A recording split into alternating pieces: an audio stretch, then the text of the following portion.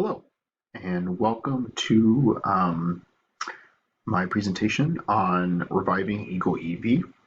This is for Org 610, Organizational Theory and Design. My name is Shane Corcoran, and let's go ahead and get started talking about reviving Eagle EV for Module 7.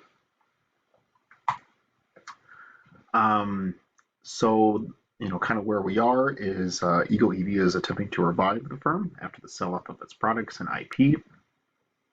In the revival or renewal phase, firms are faced with drastic changes to alter the current path that was part of the decline and start a new organization. So the CSO of Eagle EV has formed some teams and a task force to analyze issues and find solutions. And right now we're looking for my recommendations for the Chief Strategy Officer. Excuse me. All right, so the agenda for today, we're going to kind of briefly talk about where we are and kind of where we've come from, and then get into the opportunity search, the recommendation I have for the CSO, and some of the structure, strategy, and KPIs that I suggest that we use. Okay, so on the left-hand side was the mature organization that I had built when we were a mature organization, and what we see on the right is what I proposed we sort of sell off. And so what that leaves us with is really not a whole lot, but kind of a few of that top level, and then maybe some of our engineers or high level people down in operations. But mostly it's going to be just a couple of us here in the leadership team. So kind of a very ragtag crew. Eagle definitely has progressed like many other companies prior, following a very predictable kind of organizational life cycle. And I think you really summed this up, Professor, really well when you talked about this risk factor of mature organizations that really leads to its demise. And you said, if the business fails to take a proactive stance towards organizational life cycle changes, it is likely to fall into crisis and decline. And I think that we're definitely seeing that. Even using the Lippitt and Schmidt model, they kind of talk about this and some of these key issues at the mature stage, and where I don't think we fell into number 6, which was lack of public respect and appreciation. I think we contributed to society, and therefore we didn't lose public respect and appreciation because we got bought out. But instead, I think we kind of failed to achieve any of that uniqueness and adaptability. And we saw a major decline and just kind of stagnation. And so thankfully, we were able to be bought out and not, fall kind of the wayside. But that's,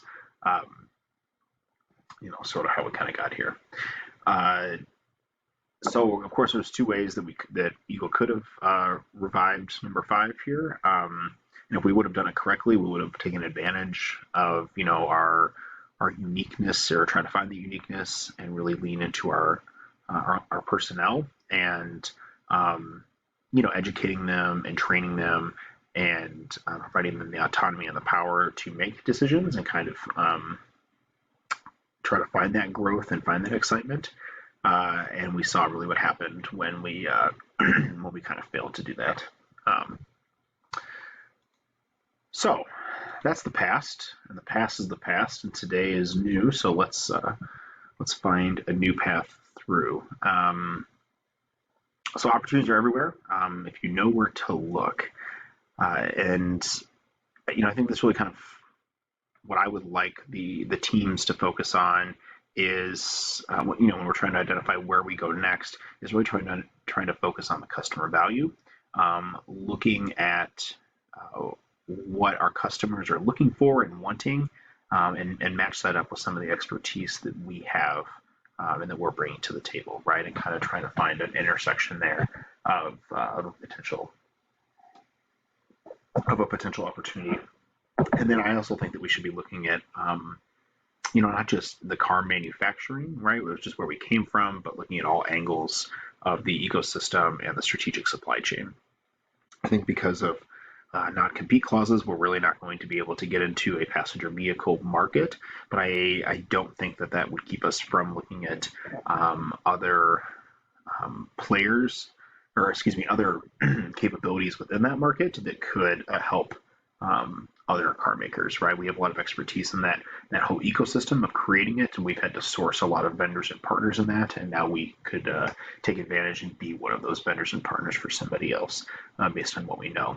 And that's kind of in the ecosystem where our brand of Eagle is helping the other car, whatever product we're enhancing, kind of generate more value. But I also think we should look at the supply chain itself and just see if there's any opportunities for the task force to get a foothold in there as well. But yeah, so that's sort of where I see our kind of opportunities, or where I think our teams really need to focus. Again, it's really understanding that customer base. I like what Kugliowski said, kind of understanding the customer base is one of the first key steps to success in business. And without knowing who your customers are and what they want and how they get it from you, we could really struggle on coming up with a plan and executing a good strategy. And I think he really articulated that very, very well. So that's where I suggest our task forces start to look. But what that comes down to is really my recommendation on where I think we should spend some of this capital. And so my recommendation is really to acquire a small engine lawn and garden machine firm. There are companies that kind of do this already. Ryobi is a big competitor. But my goal in this is not to necessarily forever directly compete with a Ryobi, but to use our existing capital and funds to acquire a company as a way to generate some cash flow, and then really investing in R&D with a focus on expanding our batteries. So these companies really rely on replacing what a small engine could do with a battery, and I would like for us to build on that technology and see how we can expand into larger machines, all under the guise of having a small engine lawn and garden machine firm. So yeah, that's my recommendation to the CSO. Some of the strategies I think I would implore to get there is, of course, being lean and profitable. This company, if being bought, probably has some efficiencies that can be made, and I would look for us in the early days to find ways to kind of lean out those processes and redirect that personnel into more value add positions that help kind of drive towards our mission and vision here. I think initially, as we are getting into R&D of these new batteries, I want to focus really on creating that value and that speed to market and working iteratively to making sure that we're getting gains, right, and seeing what the customer is wanting and how we can best build products and use our better batteries for them. And then I think all of that really and then finally, I would definitely try to implore, again, kind of an all-channel and more of a holocratic model. I would imagine that any company of size, of course, has moved kind of away from that into more of a top-down hierarchical model. But I would encourage us, especially as we're coming in and acquiring it, to find ways to make it more horizontal and empower individuals to find cool solutions to what we're trying to do and what the new mission is. Some KPIs I'd like to use for this is definitely net profit, because we definitely want to maintain profitability and be able to siphon off some of those funds to fund really heavy into R&D. So that definitely involves like sales that contributes to that net profit on a weekly, monthly, quarterly, and yearly basis. And there's probably some segmentation of customers that I'd like to do as well. Well, no, not for KPI, but just on metrics, I'm kind of curious about that. But because we are a battery company, really, I would want to make sure that our each version of our batteries being able to store have more storage capacity, version over version, time over time. So those are some of the KPIs I would kind of consider to use to validate that my decision was correct. And these are some of the strategies that I would try to work on with our workforce to lean it out, to make it more profitable, and really drive people towards our mission and vision of creating a better battery for the future. So here are some sources for you. I thank you so much for your time, and I'll see you in the next one.